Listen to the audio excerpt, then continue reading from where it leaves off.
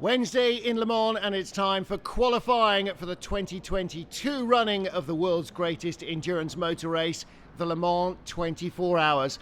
After a dry-free practice session, finally crowds back at the circuit and packing the grandstands. For most of the cars in this 60-plus field, this will decide their grid positions. But the fastest half dozen in each class go through to Hyperpole, which decides their spots in the top six. That will be on Thursday evening.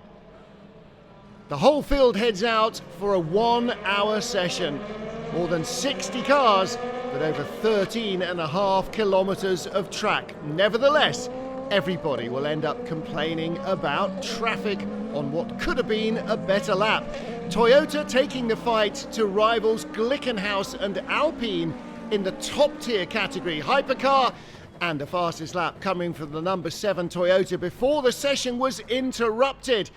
A high-speed crash for Hollywood actor Michael Fassbender in his debut at Le Mans on the legendary Mulsanne Straight. Clattered the barriers hard after losing the car under braking. That was the end of his qualifying session, and it brought out the red flags. The car needed to be recovered from the first chicane. Fortunately for Michael, he was A-OK.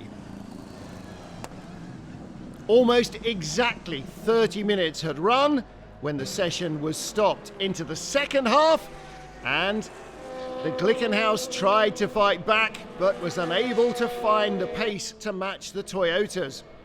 In the LMP2 class, WRT, last year's winner, set the fastest lap time.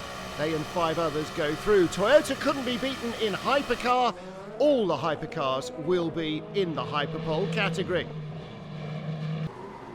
92, the top car in the GTE Pro class, where both Porsches, both Corvettes and both Ferraris went through.